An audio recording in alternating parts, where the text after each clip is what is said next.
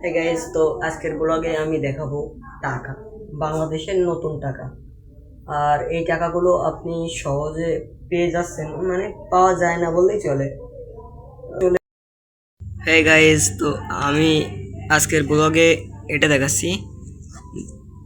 আমি এই বছর চলছে তো 26 সাল, এখনো পর্যন্ত আমি যে সাল চলছে সেই সালের কোনো টাকা পাইনি, এটাই ফার্স্ট। তো এ দেখুন 2026 সালের একটা নোট, ক্যামেরা স্পষ্ট আছে এবার দেখুন। আর এবার ঠিক আছে, 2026 সালের একটা নোট। আর আমার কাছে একটা 40 টাকার নোট ছিল, সেটা হারিয়ে গেছে। বিভিন্ন ধরনের নোট আমি রাখতে পছন্দ করতাম, আমার টাকা খুবই পছন্দ। আর যদি তুমি ভয় পাও তবে তুমি শেষ, যদি তুমি রুখে দাঁড়াও তবে তুমি বাংলাদেশ, এই নোটটাই তাই লেখা রয়েছে। আর এটা হচ্ছে একটা বাংলাদেশি 10 টাকার নোট। আর আমার কাছে আরও এক পিস আছে, সেটা হচ্ছে আপনার এক পিস না, 3 পিস আছে 50 টাকার নোট। সেটা হচ্ছে আপনার 2025 সালের। তো সেটাও দেখাচ্ছি গাইছে, যা দেখাতে যাচ্ছিলাম এটা হচ্ছে 2025 সালের। এবার ক্যামেরা ভালো হচ্ছে। তো এটা হচ্ছে 2025 সালের 50 টাকার একটা নোট। আর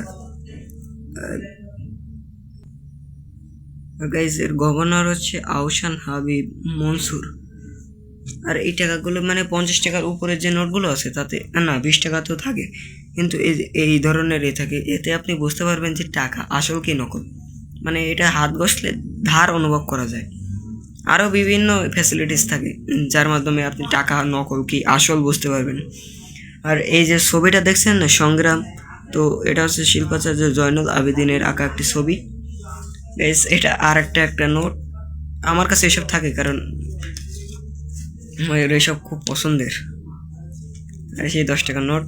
আর এটা আপনারা অনেকে দেখেছেন, আমার কাছে খুব ভালো কন্ডিশনের এই নোটটা রয়েছে। এটা হচ্ছে আপনার একটা নোট যা 2011 সালের।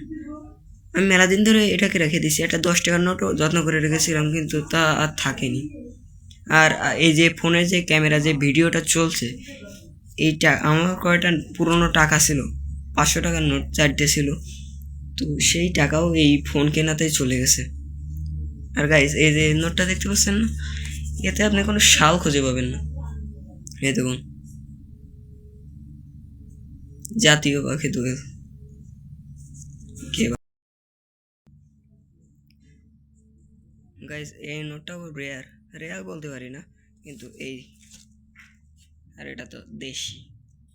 তো গাইস, বাই, আজকের মতো এইটুকুনি, গুড বাই।